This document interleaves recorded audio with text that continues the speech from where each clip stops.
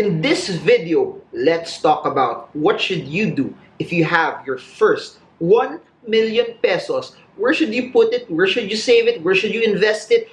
Should you actually spend it and buy stuff as well? That and more in this video. So check this video out.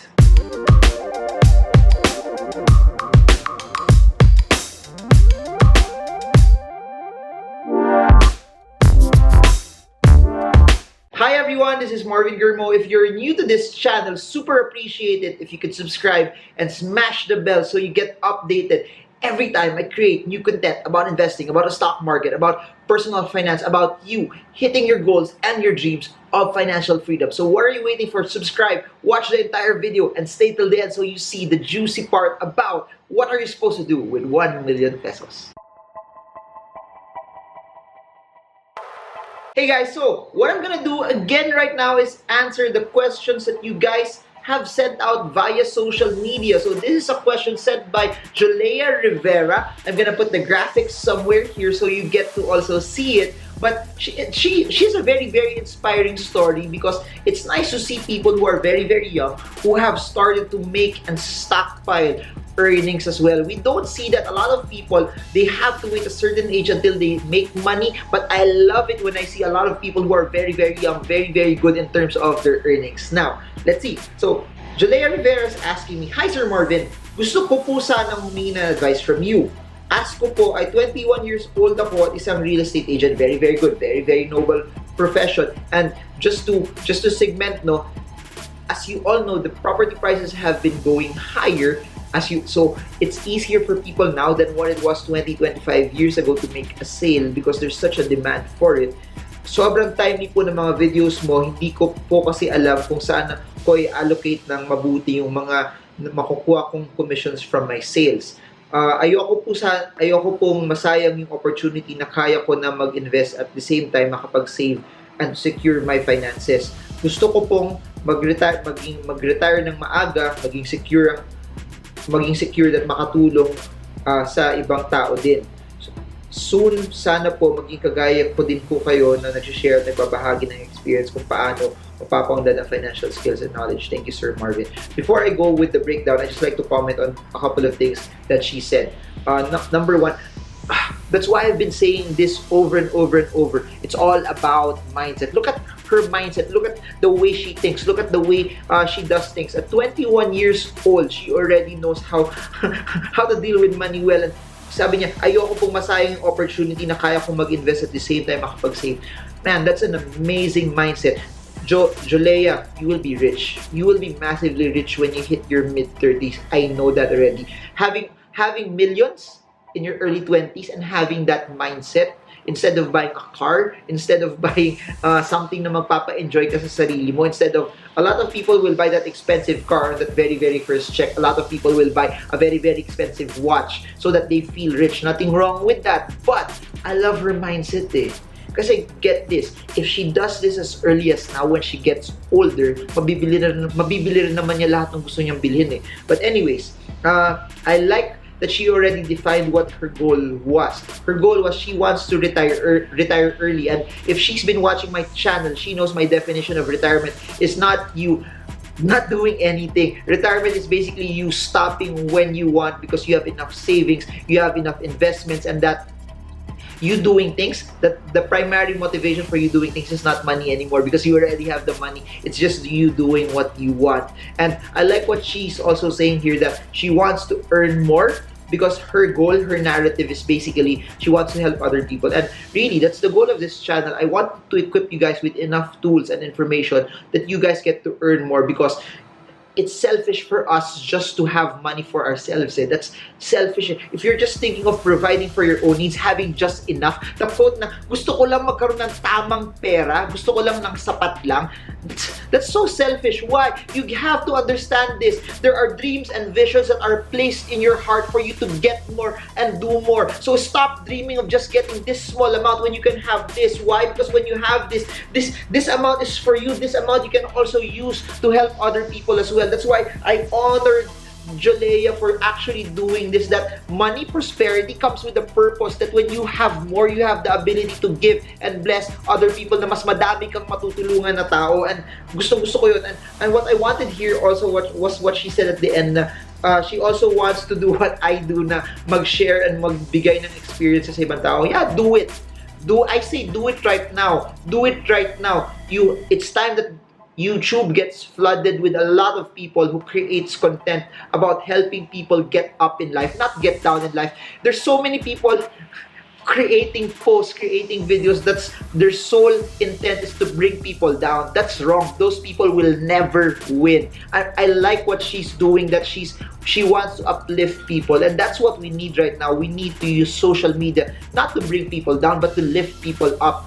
Because when you lift people up, you know you're already at a high place, bringing people to another level as well. But anyways, let's continue. So this is her breakdown. Bale, ganito po yung breakdown na gagawin ko sa matatanggap ko na 1.3 million commission. So, I assume since you're breaking it down from a 1.3 million commission already, I assume that this is already tax. You've already deducted tax from this. By the way, congratulations on not every real estate practitioner can get 1 million kagad on, I don't know if this is her first sale, but at a very, very young age. So, she mentioned here 250,000 pesos emergency funds. So she's assuming 20,000 times 12. So I'm assuming your operational expenses is 20,000 per month for you to be able to function.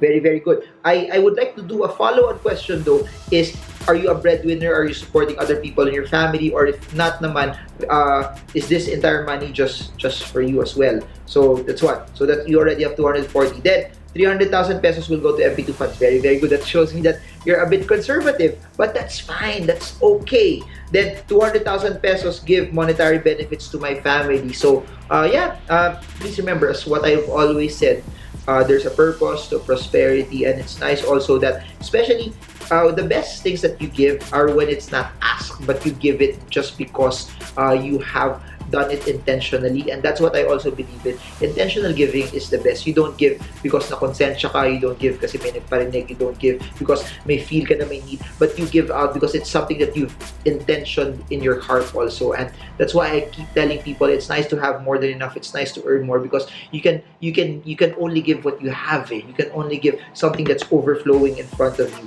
Next, 50,000 budgets for seminars. Wow. Amazing. You already know when a person has a rich mindset, when their goal is not to use the money purely to entertain themselves, but purely to educate themselves. I salute people who do that, because that's how I also would do it as well. And before, I barely would buy rubber shoes, I barely would buy gadgets, but the money that I had, I would spend it on seminars, I would spend it on conferences, I would spend it on expos, because that's all I know. The more I spend on myself, the more I spend on my education, I know is what will propel me to do better. The more I spend on growing myself is what's gonna propel me and will never take me away. And I could attest to this. Everything that I spent on educating myself before, sobrang bawi siya, because that's how it is. Once you start learning and once you start educating yourself, no one can ever take that away from you already. Anyways, so basically, 240 plus 300, that's around 540. Then 7 plus 200, that's 740. Then plus 50, she has 790,000 pesos. Then the next thing that she said is, I have no idea kung how much ilalabas ko sa stock market dahil magsa-start pa lang ako. I'm also planning to start my own business. So I asked her a question if she was in debt. If you're in debt, my suggestion is to pay off your debts first, and what's left, that's what you allocate for this. So I'm assuming you're not in debt because you did not mention that. And then I also asked if she was a breadwinner, if she has current savings and investments. If she doesn't have savings and investments yet, it's very, very good that she did an emergency fund. She created an emergency fund. That's very, very good also. Another thing that I would like to put in, since you are in the real estate industry, please put a significant amount of money also for you to be able to operate as a business. Meaning, it's nice to have the 20,000 for your personal, but those are for your personal needs. But you have to set aside money also to operate as a business. You treat your real estate expenses separate.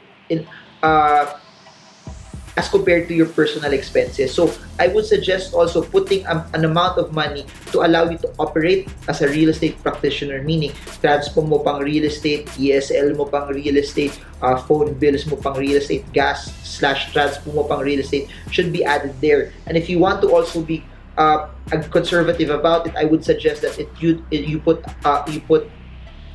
probably a year's worth also, because as you all know, in the real estate industry, you don't get a sale every day. You don't get a sale. Sometimes it's not also every month. Sometimes it happens in one quarter you can get five, but in the first 2 months you don't get anything. So my suggestion is you already provide for that. Create 12 years worth for 12 months worth for your personal, but also create 12 months worth for your real estate practice. Then whatever's left, that's what you can allocate for investing in the stock market as well. So my suggestion now is, before you start going into a business, you treat your real estate practice as a business first. You double down on that, because that's your money maker. That's what's helping you grow your money. So you put more money in that real estate first before you diversify into another business.